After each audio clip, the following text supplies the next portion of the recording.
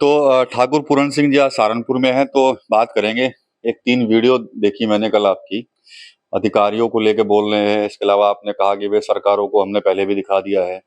अधिकारियों को कहने की गंदगी अपने दिमाग से बाहर निकाल कर यहाँ पर आए। गोला लाठी तक की बातें हुई। इतना गुस्सा कहाँ से आ गया कल आपके अंदर? क्योंकि आपकी आंखें भी थी, काफी आक्रोश दिख रहा था आपके अंदर। क्या वजह थी सर? देखो, हमारे कहने का मतलब ये है कि ये जो हिंदुस्तान है ये किसी नेता का देश नहीं है। हिंदुस्तान किसी अधिकारी का देश नहीं है। ये जनपद हमारा है। अधिकारी आओगा 1 साल के लिए, 6 महीने के लिए, ज्यादा से ज्यादा 3 साल के लिए। तो अधिकारी क्यों भेजा सरकार ने? इसलिए भेजा कि हमारे अधिकारों की पूर्ति करें। हमारे सामने जो सुविधाएं सरकार दे रही, वो सुविधा हमें दे। मैं 3 हॉस्पिटल बड़े बताऊं। एक जयपुर में है, जड़ोदे के पास, सीएचसी है जो 30 बेड की है। 60 बेड का हॉस्पिटल अंबेटा चांद में है, और एक सीएचसी वहां है रणखंडी। आप मुझे बताओ कि जब आपके पास 13-13 करोड़ रुपए की बिल्डिंग आपने बनाई,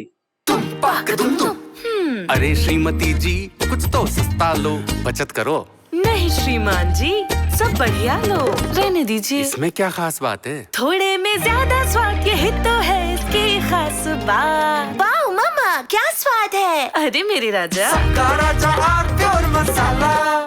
और उनमें बैठने के लिए डॉक्टर नहीं है।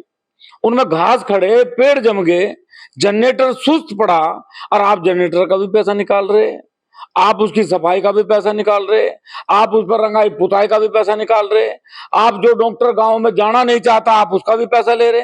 अरे भाई, जब मेरा भाई, मेरा बच्चा सियाचिन की पहाड़ी पे खड़ा होकर मेरी सुरक्षा करता है, जब थाने के 2 सिपाही सुनसान जंगल में खड़े होकर रात को ड्यूटी देते हैं, तो डॉक्टर को फांसी है वहां जाने में? डॉक्टर को नहीं जाना चाहिए अपनी ड्यूटी पे। डॉक्टर गांव में नहीं जाएगा, उसे गांव से बदबू आवे, उसे गांव में दिक्कत है। वो अपने आप को समझता है कि मैं गांव से नहीं, मुझे ड्यूटी शहर में करनी है। ये लड़ाई है, ये मेरे अधिकार को मारने का जो काम हो रहा, उस अधिकार की लड़ाई है ये। और जब तक वो नहीं मिलेगा, जब तक संघर्ष जारी रहेगा। कि जो आपने गंदगी वाले शब्द गए कि दिमाग में गंदगी है, निकाल के बाहर आई है, नहीं तो क्या कैसे? देखो, कोई अधिकारी है, और मैं एक बात स्पष्ट कर दूं कि चपड़ासी से लेकर राष्ट्रपति तक सब नौकर हैं, सब तनख्वाह ले रहे, और जो तनख्वाह लेकर काम कर रहा है वो नौकर है, मालिक नहीं है। वो लोकतंत्र में मालिक वो है जो सरकार बनाता है, वो मालिक नहीं है जो सरकार में बैठा है। और ये जो अधिकारियों ने अपमान करने की प्रवृत्ति बनाई किसान की, ये होगा मेरा अधिकार है, तुम आज जाओ। 4 दिन से किसान धरने में बैठे।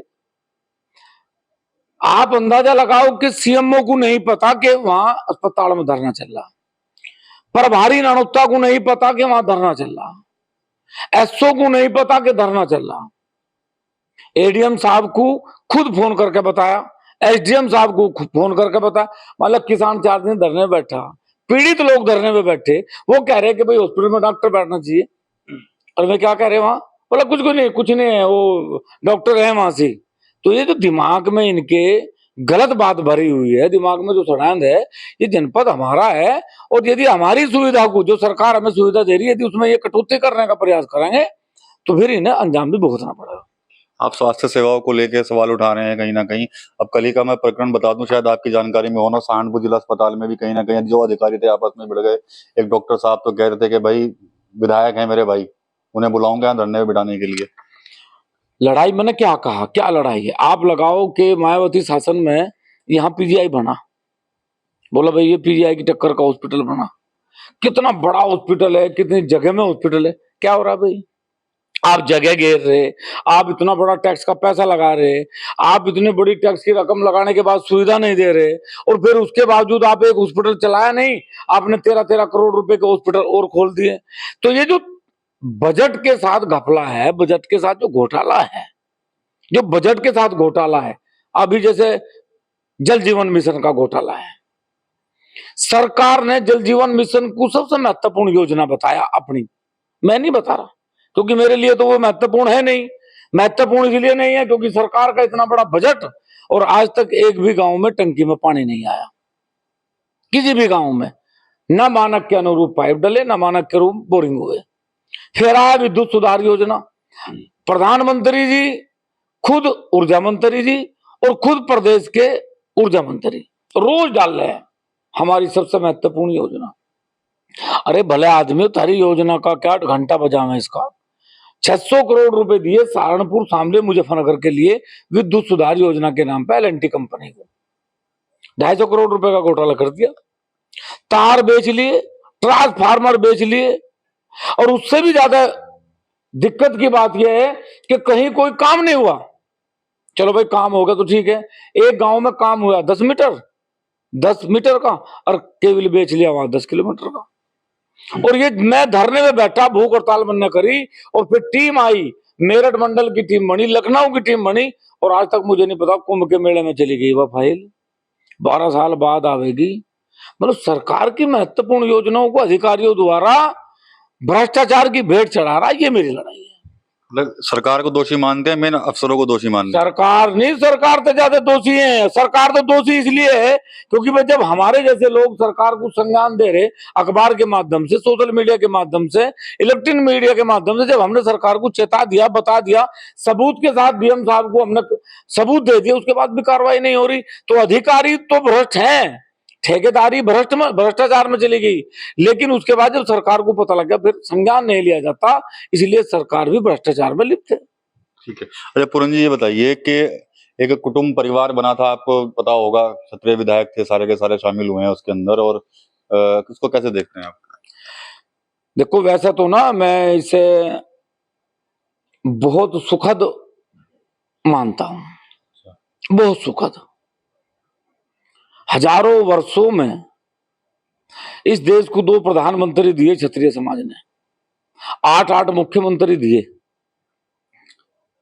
3 सेना के अध्यक्ष दिए, सीडीएस दिए, लेकिन राष्ट्रवाद की भावना उनके अंदर कूट कूट के भरे हुए, कोई जातिवाद उनके अंदर नहीं है।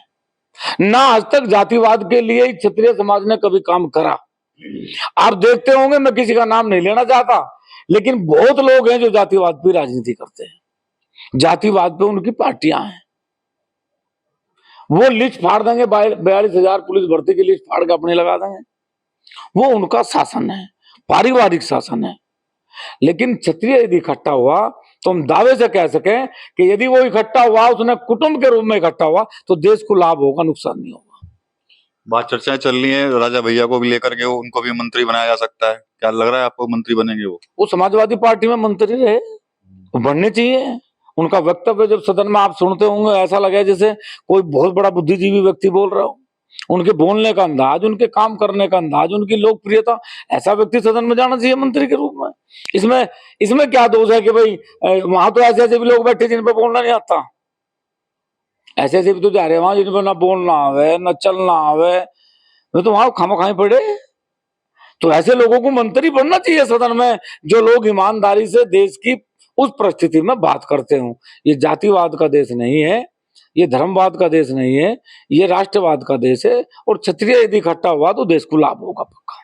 चलिए, ठाकुर पूरन जी से बात हुई है हमारी, और कह रहे हैं कि क्षत्रिय अगर इकट्ठा हुआ तो देश को लाभ होगा।